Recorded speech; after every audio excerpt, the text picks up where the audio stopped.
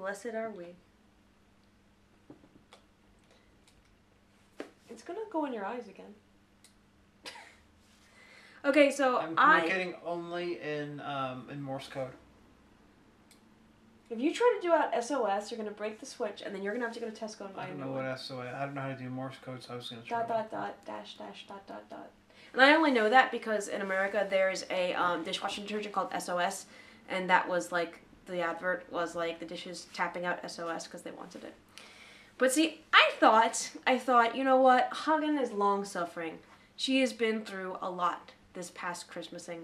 So why not a nice one that's short and features the heavenly voice talents of Angela Lansbury? Because I spend my daytime, my usual life is spent watching, not watching horrible things, You can't see, but it's a violin. Christmasing, it hurt me more than August Underground, It clearly. didn't. No, it didn't. You're the one who's hyperbolizing how hurt I am. Oh, I didn't say I'm you were just hurt. continuing. You were frustrated. I just picked up the relay that you started. Anyway, so we watched the Rankin Bass, The First Christmas, The Story of the First Christmas Snow, which is a very, very misleading title. Because this is not the story of the first Christmas, aka the Nativity, nor is it the story of the first Christmas snow ever. It's just a Christmas snow. Because the first Christmas snow is the first time there was fucking snow after Christmas was invented and the snow was at Christmas, you fucking morons. But yeah, so it seems to be another case of the Japanese production company being like, oh, European things, they all go together. There you go. So basically it starts with a trio of nuns in a valley that is, quote, too close to the sea for them to get snow-only rain. Because, being close to the sea stops you getting snow. The Mediterranean. That's not... The sea is not what's stopping them from getting snow. Yeah, because it's the closest to the equator and the fact that they're not up a mountain. No, you're wrong, actually. You're wrong. Proximity to the ocean does affect...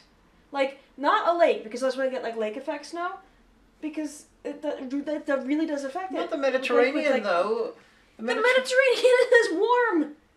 Yes, but if the Mediterranean was moved up too close to the North Pole, they would get snow. It's not the fact that they're close to water. It's the fact that they were in a valley that was close to the sea. So if you were in the tip of Italy, you're not going to see as much snow as the people who are up in the mountains. I know. And that's the point. It's not because of the closest to the Mediterranean. It's because the fucking closer to the equator where it's warmer. I think that you're wrong. Shall we do an experiment where we move the Mediterranean and the countries around it to north of Russia? Anyway. I've got a halo. I'm clearly like, because I'm an angel. I'll beat you afterwards. So, anyway. Beat me. So, anyway. So these three nuns, they're sitting around and talking because the head nun, as voiced by Angela Lansbury... She's all like, I am Angela Lansbury. She never said that. So she's, like, drawing Christmas cards. And they're like, why'd you always draw these Christmas scenes with snow? And she's like, oh, well, see, the village that I came from up in the mountains, we had snow every winter. We had it every Christmas, and I remember it. And the other nun's like, that's really cool. I'm guessing the mountains she's talking about are she's like, Alpine the ones. yeah. The Italian part of the Alpines. Which, according to the Italians who I hung out with when I made that music video for Nanowar, it goes, what was it? They're not really Italians. They're like Germans in the wrong country. The border region where the Etruscans are from. But anyway, so she goes to the window to look out on the storm and sees a little shepherd boy who's unwisely standing under a tree during a thunderstorm and hit by lightning. I think he'd know better. Being a shepherd, he'd be out in the open all the time. Aye. But so she and the other nuns run up and his dog herds his flock of sheep back and he's okay, but he's been struck blind. I just realized the dumbness of me pointing at that he was being an idiot when I'm literally wearing, hot electronics all over my head. They're not hot though, they're LEDs. They're hot a little bit where there's the power. They're not hot to me, but there's a little bit there. Okay, so if something goes catastrophically wrong, it could be bad for me. And then I'd have to stand up in the high court and testify in the lawsuit against the company. And they're like, well, why was she putting them on her face? I'd be like, well, that's very interesting that you asked. Well, because a YouTube commenter and a Mile of the Night visitor said I shouldn't, and I took that as a personal challenge. There, now that you're all the way in frame. On all of your glory. All of your contrary, arbitrary... Contrarian. Yes, that's you. That's you to a T. What are you doing? Ah, fuck. So, I am the ghost of Christmas future. And so next, what happens is basically the priest comes back and he's like, "Wife, is there this random child in my bed?" And they're like, It looks like Dr. Snuggles. I don't know. I have no context for that. It's a British TV show where the main character looks just like Colin Baker looks now. Oh. He's like a kindly inventor who like goes to the moon and has like a sentient umbrella. And his name is Snuggles. Yes. That's unfortunate. And most of the episodes were written by Douglas Adams. Okay. But so the priest comes back and he's like, "This child belongs in an orphanage, so you better pack him up to the orphanage." Because he's an orphan. Yeah, pretty much though. He's like, "So you better pack him up and get him out of the village, once he's Because healed." apart from everything else, he's sleeping in my bed. Even though we're an abbey, I'm the only priest there, and he's still in my bed. So I want to know what the sleeping arrangements are. Is he sleeping in the barn? Is he sleeping in the same bed as the child? Who knows? No, the child probably, they probably found like an alternate We never found out. place. Mm. But, so he makes friends with some of the Waynes, or some of the wee little children in the village, and the nuns are coordinating a nativity play, and they cast him as an angel. The silliest thing in this is that all of the little boy their urchin haircuts look like popular lesbian haircuts today. Like the main character has the exact same hair as Super Peanut Butter Buns. No, there's no peanut butter. I just think it's Super Butter Buns. Super Butter Buns. Okay, well, she was at Cumberland. Lovely lady. We hung out, she ate some of the Tim Hortons that I brought in for the room and everything. So, cool person, lovely to hang out with. But this guy has her exact haircut, and I don't want to say that she watched this one inspired, but I think it's like haircut convergent evolution from, Christian orphan from the Victorian era and, lesbian YouTuber. Yeah, we're placing that because of the way people are dressed and because of some of the stylistic elements. We're kind of placing this mid 1800s, maybe even late 1800s. Yeah, they're a bit confused. Although it does seem to be set in Italy, but like one of the characters seems to be Dutch. Yeah, one of the wee girls is dressed exactly like the Dutch standard with like the little bonnet and the little clogs and stuff like that. This is why I think that's why Omega thinks it's the Japanese companies going like all of Europe's the same. It's Burger Meister Burger. We're really lucky they didn't put Vikings Europe. But yeah, so then there's a lot of waffling about in songs and thinking about Christmas and stuff like that. And then so his little friend says, "Well, what do you want? What are you gonna?" They're like, "What are you gonna give the sister for Christmas?" He's like, "Oh, geez, it's a surprise." And then he's reflecting. An orgasm. No. And then he's reflecting alone to his dog, and he's like, "I guess if I'm gonna have to live at the orphanage, I can't take you and the sheep. So I guess I'll give the sister then the flock of sheep, and you to look after them. There you go. That's great. It's all I have." And so the three wee little asshole boys are like, well, let's pull a prank that no one will get hurt, except for this can't possibly go well. And so they steal the sheep and they put them in the tool shed, and then the sheep break out.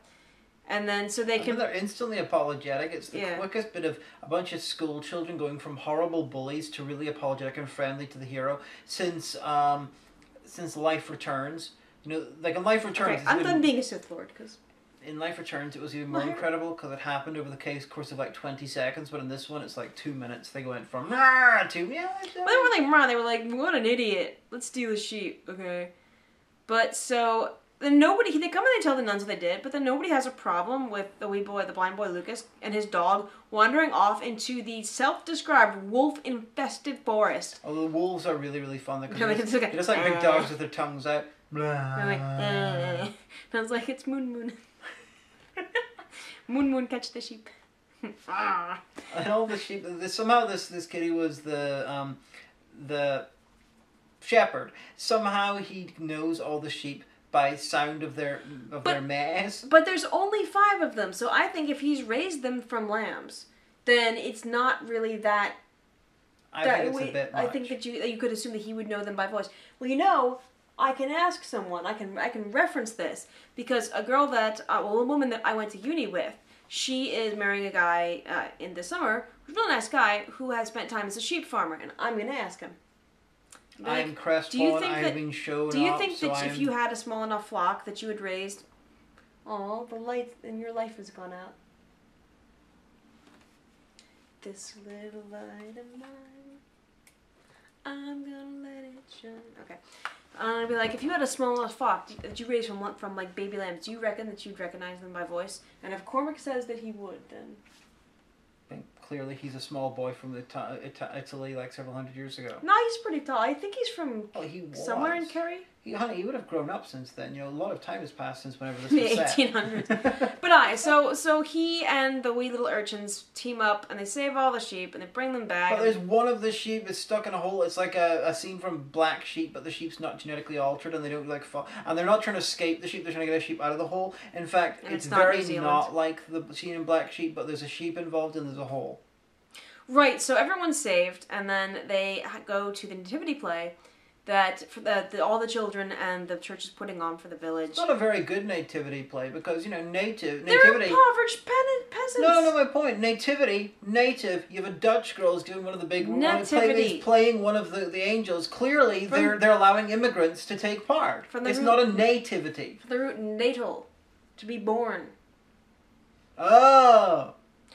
I took 2 years of Latin, and I'm going to just beat you with Romance languages.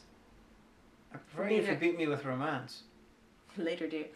But yeah, so then like they do the play and things and stuff, and then it starts to snow, and the snow comes through the barn window, and it touches Lucas's eyes, and he is healed. It's a miracle. His eyes are healed. I didn't realize the thing there. I thought that was just part of the like wall that they'd painted. I didn't realize that was actually the window in the loft. I didn't realize that was meant to be the night sky. So it was like, oh no, the magic's coming in. But then the snow that comes in is it's animated. Yeah. Okay. We forgot the single dumbest part of this. What? Okay. Whenever early on after he's like he says he's going to give the sheep to the nun. The kid is like, what would he like for Christmas? And he decides what he wants is a white Christmas. Even though as a blind person, he can't fucking see snow. So... Yeah, but he would... Because remember when he asked the sister, Angela Lansbury, and she was talking about snow, and he's like, I've never experienced snow, and I've seen it up on mountaintops. What's it like?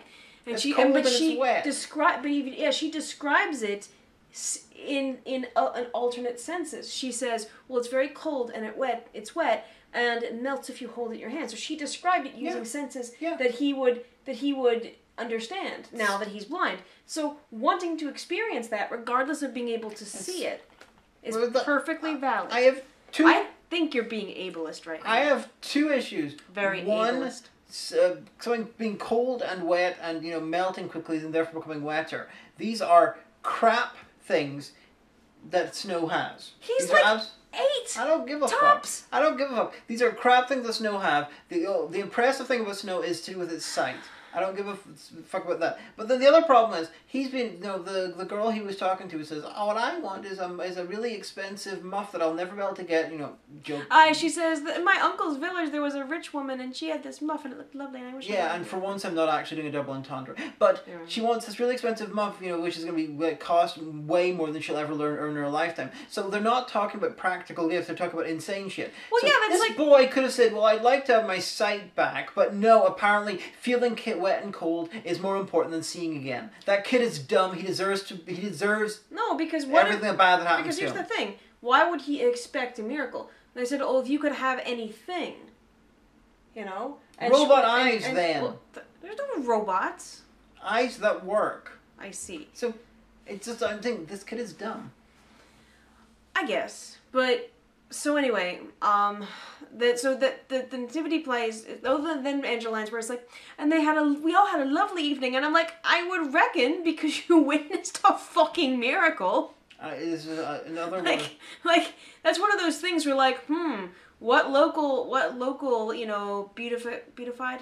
Is it beatification? Beatified. Yeah, beatified person is about, that you can then take this to the Vatican with for the case for sainthood. The kid is going to become a saint, or Angela Lansbury will be. Well, no, because usually but she would have to have other, miracles ascribed to her. Or they'd have to be dead at the time. Yeah. But maybe that's the post-credit sequence that we skipped. It revealed that she was dead the whole time. She was a saint. But another problem. So it's not really a problem. It's a thing that appears quite a lot in kids' media, where you've got this kid who gets the miracle, and it's a happy ending for everyone. Everyone watch, except for a blind kid who is quote unquote watching this, because then it's like they don't get a miracle, so they feel worse. This is the sort of thing that makes the people who are already okay feel good about themselves at the expense of people who have it worse off. It's the same. Well, I can't argue with that. It's a shitty message for people who already are worse off.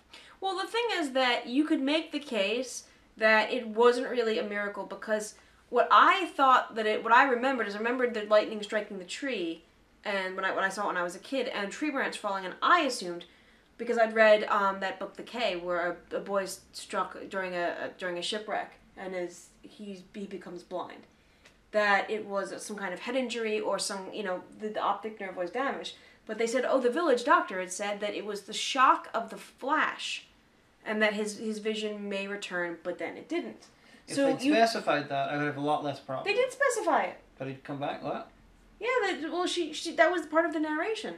They said, he seemed to be healing from his injuries, but his sight wasn't returning. Yeah. The doctor had said that it was a result of the shock of the flash. Did they say that it might come back on its own? Yeah, I'm pretty sure. Okay, fair enough. But then it didn't, and so they were like, oh no, he must be blind for life. So you being in a shipwreck and then getting blinded, that's gonna be really sucky for that character. Oh, it was a really good book. It was called The K, and it was about a wee Dutch boy, and he and his parents are on a ship traveling to America, and they're bombed by a German U-boat during World War II. And he ends up getting, the boat's, torn apart, people can't get to lifeboats in time, and he's saved by one of the black crew members. This huge, big, I think his name was Timothy, that's what his name was. From a guy from the same ship?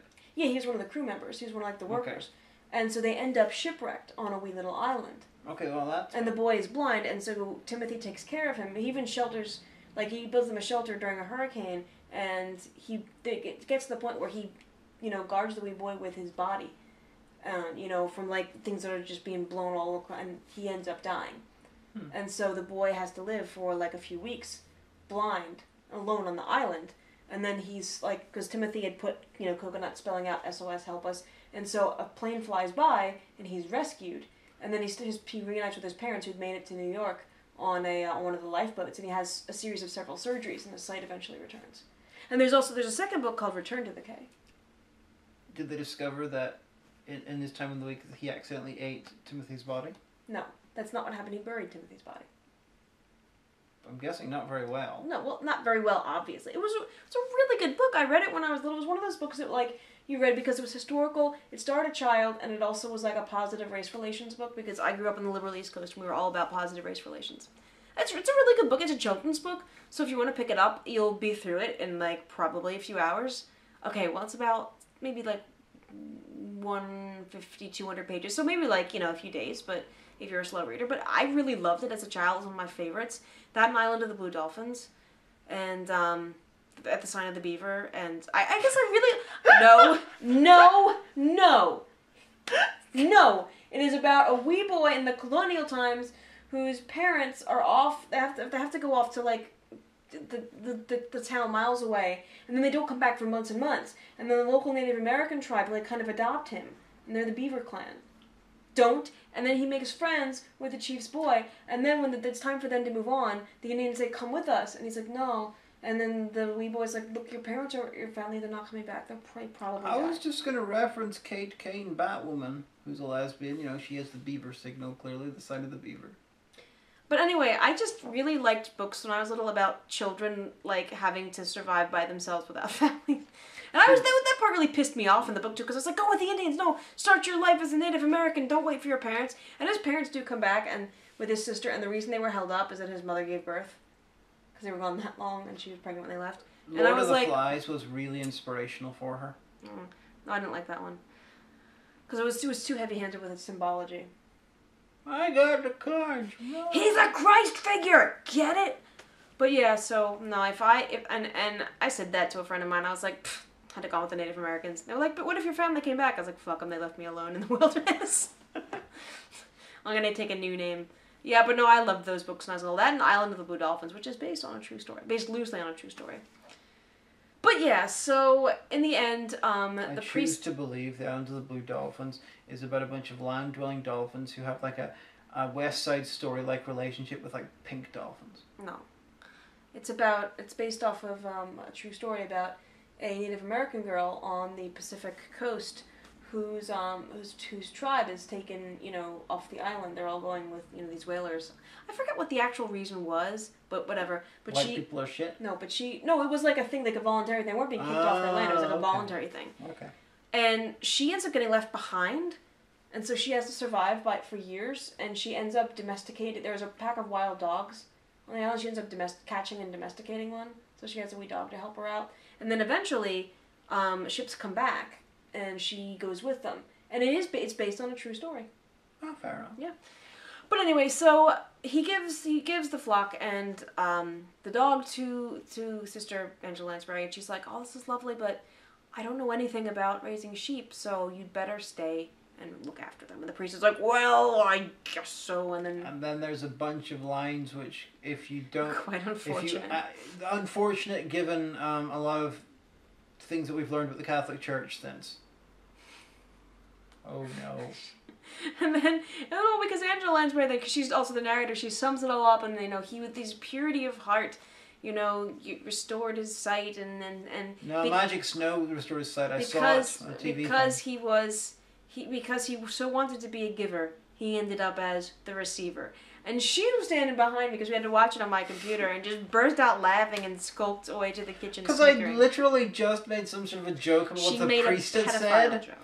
The priest had said something, and I made a joke about that, and then immediately I heard he wanted to be a giver, but he became a receiver, and I was like, ah! It's like it was following up my own jokes. And then she was like, "Oh, this was shite," and I said, "Don't you dare!" It was Angela Lansbury. It was shite. Do not. It was shite, and the stop motion with like the irritating looking creepy doll stuff. Angela Lansbury looks like an actual saint. Oh, I've seen pictures of her, and I forget her name, but she's one of the ones who is a so-called uncorruptible. The character might have been based off that. Yeah. She had that thing that Rankin Bass wants to do with their stop motion, where the good guys now have blue eyes, except she had super huge blue eyes. She looked like a Fremen. And then the kid, when he's lightning, he's got super blue eyes. There's little stars in them. Yeah, he's got like stars Steven Universe. in your eyes. Well, maybe think of Steven Universe when he's really excited. He gets that star eye effect going on. Yeah.